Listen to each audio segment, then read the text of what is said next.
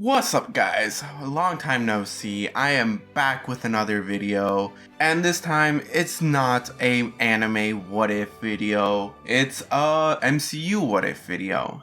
This probably won't be the last MCU video I do because I do have an idea for one more. I hope you guys enjoy it because I do want to do other what if kind of videos that aren't anime related. So if you guys enjoy this and show love and support, I might do another one. Anyways, let's get into the what if.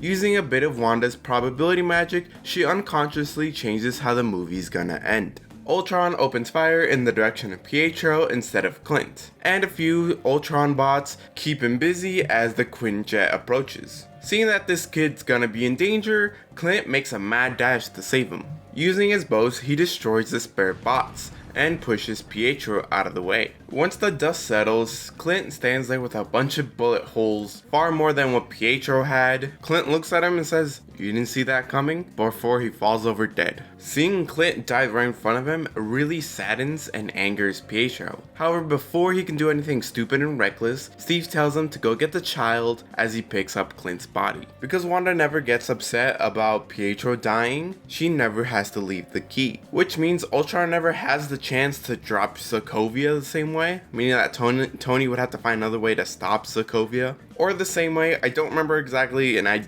not that smart. Pretty sure Tony would figure it out somehow. Anyways, after the events of the battle, they have a funeral for Clint, and this is where Pietro meets Clint's family. Clint's family doesn't blame him because they already knew that his job was dangerous and he always ran the risk of dying. Pietro, however, he does blame himself for letting Clint die and promises to make it up to his family any which way he can. Following the events of the movie, Black Widow teaches the twins hand-to-hand combat, just so they won't always need to rely on their powers. It'd probably be more useful for Pietro, but who knows, Wanda may need it in the future in case her powers don't work for some reason. Not only does she teach them how to fight, but how to get rid of their Sokovian accents. She and the rest of the Avengers will help them reintegrate into society and, not be protesters or Hydra agents anymore. As for Wanda and Vision's relationship, it takes longer than in canon for them to get together, but they still do eventually get together. Pietro would be very against it because of the fact that he still thinks that Ultron might be in there. But he pushes all that down, suppresses it just to see his sister happy. As for Civil War, we all know that Pietro would side with the Captain. But before that, I must say that Civil War takes place mostly the same way it did. Not much would change, except Pietro is the one that runs off to get the, lackeys that split apart. So when he comes back, Crossbone is like mid-explosion, with Wanda just barely holding him together. When eventually Wanda throws Crossbones into the building, Pietro rushes into the building trying to save as many people as he can. However, he's only able to save a few people. Everybody else that was near that explosion just dies. So like his sister, he blames himself for the fact that people died. He wasn't fast enough to save them. Other than that, not much changes until we get to the fight at the airport. Quicksilver is the only one fast enough to get into the Quinjet and start it up. As he is starting it up, the Avengers begin their first set of fights, which don't really change except the fact that Clint isn't there. So obviously some stuff would change, but nothing really important. However, once he sees that Vision joins the fight, Pietro decides to join the fight as well. Thanks to his super speed, he's pretty much able to throw hands with everyone. We even see Pietro use some of the skills that Natasha taught him on her. But by far, the one he has the most difficulty with is Spider-Man because of his spidey sense and his webbing.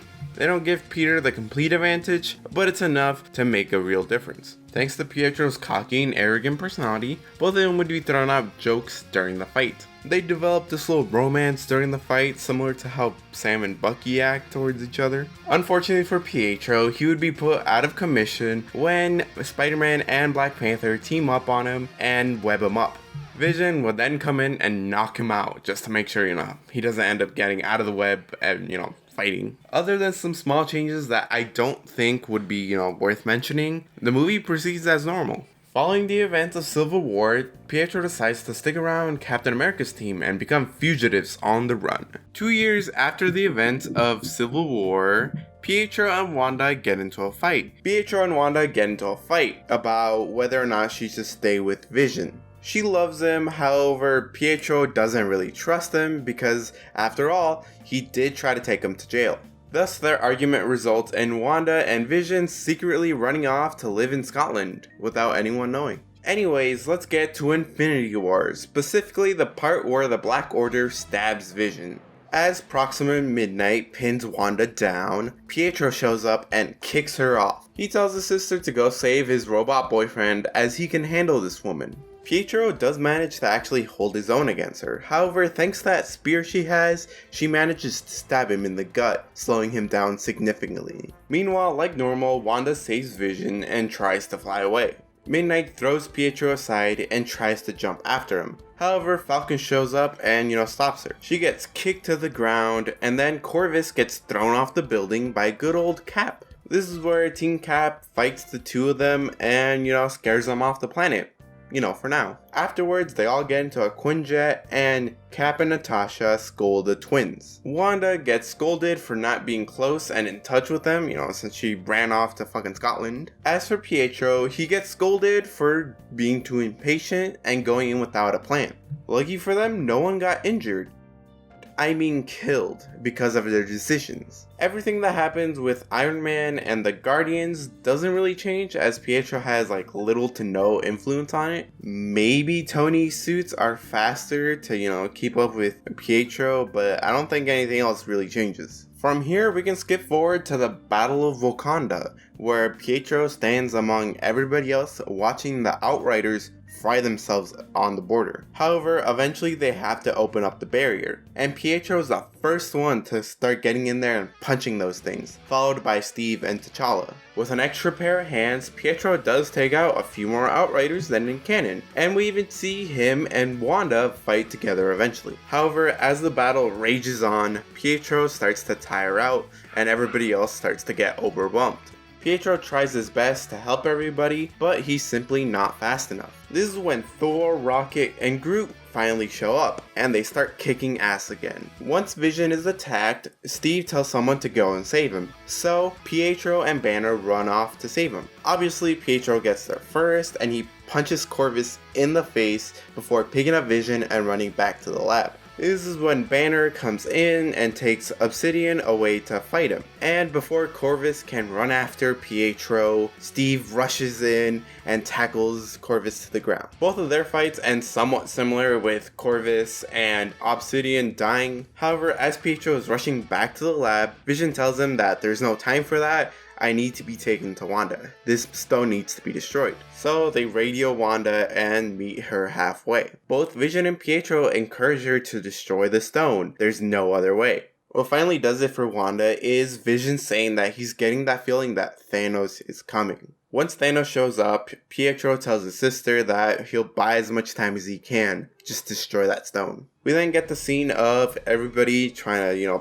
stop Thanos, but it doesn't work. Pietro tries his best to keep Thanos away, however, Thanos just uses the Power Stone to break the ground underneath them. This causes Pietro to lose his footing, and with the Power Stone once again, he sends Pietro flying into a tree. And thus comes the tragic death of Vision by Wanda's hands. And speaking of hands, Thanos's starts to glow green. Yup, he still reverts time and takes the Mind Stone, killing Vision for a second time. Thor still throws Stormbreaker at Thanos' chest and, tries to enjoy his revenge. This is when Pietro realizes that Thanos has all the stones. He can still kill half the universe. He gets up as fast as he possibly can and rushes towards them. Pietro is just inches away from grabbing the Mind Stone when Thanos snaps his fingers and kills half the universe. Pietro is one of the lucky ones that doesn't get dusted. However, Wanda's not that lucky. She, alongside half the universe, gets turned into dust. This just emotionally breaks Pietro, similar to how Wanda reacted when Pietro died in Age of Ultron. Following this, we can go into the events of Endgame, where much like Thor, Pietro blames himself for not being able to stop the snap. He keeps repeating to himself that he wasn't fast enough. If only he was a little bit faster, he could have saved everybody. After Tony comes back from space, Pietro is part of the team that goes to Thanos' garden place to get the stones. He'd like to make it up to Wanda and Clint, so to space it is. Upon finding out that Thanos destroyed the stones with the stones, Pietro realizes that he let down Wanda and Clint's family. He couldn't protect them, and now he can't bring them back. So out of anger, Pietro unleashes a barrage of his punches on Thanos' face before Thor cuts off his head. During the 5-year time skip, Pietro goes MIA, and unlike Thor, he decides to focus on his training to become faster.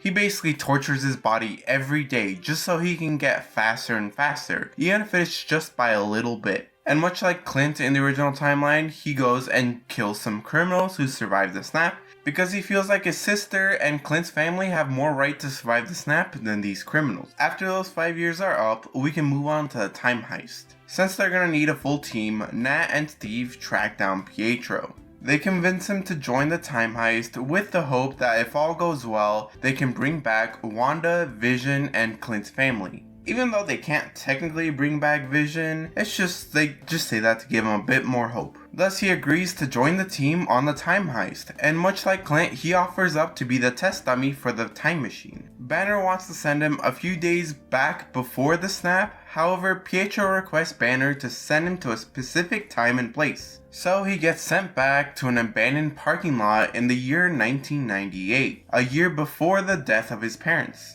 Pietro sees his family having fun and not having to worry about all the horrible stuff that is happening or will happen to Sokovia. The younger version of him is running around the parking lot while Wanda is talking to her parents about sitcoms or something. As he begins to tear up a bit, his watch starts to tick, meaning that his time is about to be up. He looks at his watch and then at his family, and decides he's gonna tell them what's gonna happen to them. Pietro begins running towards them and yells out "Wanda" before the watch forces him back to the future. The young Pietro just barely notices his older counterpart, but chalks it up to his imagination. Once Pietro returns to his timeline, it proves to everybody that the time machine works. Thus they begin to plan out when they should, go back and steal a stone. Now on to the actual time heist. Pietro gets paired up with Thor on the mission to get the reality stone on Asgard. Rocket actually gets paired up with Natasha to get the soul stone from Volmir. While Thor and Pietro are on Asgard, Pietro actually convinces Thor to go talk to his mother at least one last time. He tells Thor that he would give up anything to at least have one more conversation with his sister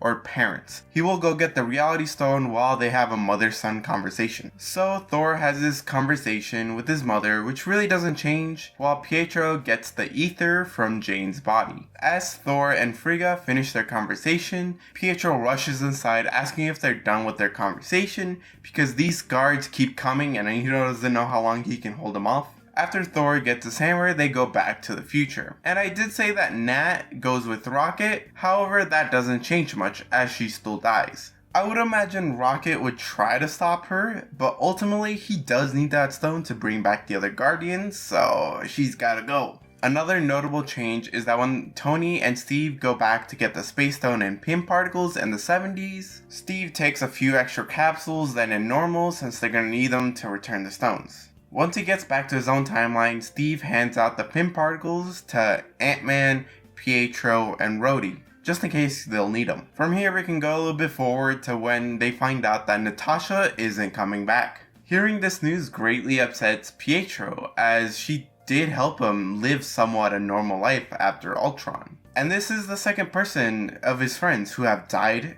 and they won't be able to come back. When the gauntlet is ready, he and Thor offered to be the ones to snap. However, everybody else agrees that Banner should do it, because unlike Pietro and Thor, Banner is likely to survive. While Banner does the snap, 2014 Nebula brings in 2014 Thanos and his army. After Banner snaps, Thanos' ship shoots down the first missile at the Avengers facility. Pietro is quick enough to notice the blast and pushes Rhodey and Rocket out of the way. However, he gets sucked down and ends up under a bunch of rubble. Because of this, the battle against Thanos is no longer 3v1. It's now 4v1, with Rocket looking for survivors. Even with Rhodey's help, they still do struggle quite a bit with Thanos. While they're up there battling Thanos, Pietro pretty much takes the role of Clint in this situation, with him running away with the Infinity Gauntlet underground. Eventually, we do get the infamous Avengers assemble scene with Pietro now included. Almost as soon as the fighting starts, he hands over the gauntlet to T'Challa. As Pietro is fighting off a bunch of Outriders, one of the Jatari gorilla grabs him and begins to squeeze, much like Vegeta did to Goku. As Pietro begins to scream out in pain, the gorilla begins to glow red and shake before it gets ripped in half. When he turns around, he sees Wanda, and the two of them hug as Pietro's really happy to see his sister again after 5 years. However, the reunion is cut short when Wanda notices Thanos and goes to confront him. Meanwhile, Pietro goes for the gauntlet and pretty much dodges all the blasts from the ship. Lucky for him, he makes it to Peter Parker while Captain Marvel is destroying the ship. Peter asks if there's no hard feelings about what happened before at the airport. Pietro smiles, takes the gauntlet, and says no before rushing off. Thanks to the other female heroes backing him up, he blitzes past Thanos and heads for the van. However, Thanos, in an attempt to stop Pietro, he throws his sword at the van. It pretty much turns into a race on who can get to the van first, Pietro or the sword. He just repeats to himself in his head that he needs to be fast enough, at least this one time. He needs to be fast enough to save everybody for once in his life. Pietro somehow manages to break past his limits, putting on his quantum suit and makes it into the quantum tunnel just before the sword hits the van. This means Pietro, the tunnel, gauntlet, and the stones are all now off the table. As for what happens to Thanos, he gets killed when Thor and Captain America pin him down with Stormbreaker and Mjolnir. Because in canon Captain Marvel was taken out of the fight, she couldn't help. However, here, she can easily just join in and help cut his head off again. As for Thanos' army, without him, they would eventually fall, meaning no one dies and Tony gets to live another day. Not long after the battle for the gauntlet, they build another time travel machine, so Steve can return Mjolnir and check to see if Pietro returned the stones. Steve, like in canon, doesn't return on time, and Bucky then notices Old Man Steve, where Steve and Sam have that conversation about him being the new Captain America. After being given the shield, Sam asks the $1 million question of where's Pietro? Steve looks at him confused and says that he should have come back by now. Steve goes on to say that he ran into him on Volmir and he still had to return the New York stones. So they both went back to the 40s. Cap then gives him the GPS so Pietro can return the stones and come back. If he's not back by now, something must have gone wrong. Banner calls Scott, who passes him off to Hank Pym, and after a conversation between him and Tony, Banner says that if his GPS got damaged, then maybe he's lost in the quantum realm. This means that someone has to give Wanda the news that her brother is lost, and it's not gonna look pretty. And that's gonna be the end of this What If. I won't cover WandaVision because I want to see how the rest of Phase 4 plays out, or at least most of it, before I change any of that. If I do a part 2, I'll cover WandaVision and Ant-Man and the Wasp Quantumania. That's such a mouthful of a name. I hope you guys enjoyed this. I really kind of enjoyed rewatching the Marvel movies to make this What If. And I'm sorry I haven't posted in what feels like 3 months or 4 months at this point. I don't know. I'm sorry. I'm trying to get back into the groove of making videos. So yeah, anyways, that'll be it for now. Remember to like, comment, subscribe, and I'll see you guys later. Also, go follow me on Twitter because I post a lot of random shit over there. So that's the best way to keep in contact with me. Anyways, yeah, I'll see you guys later.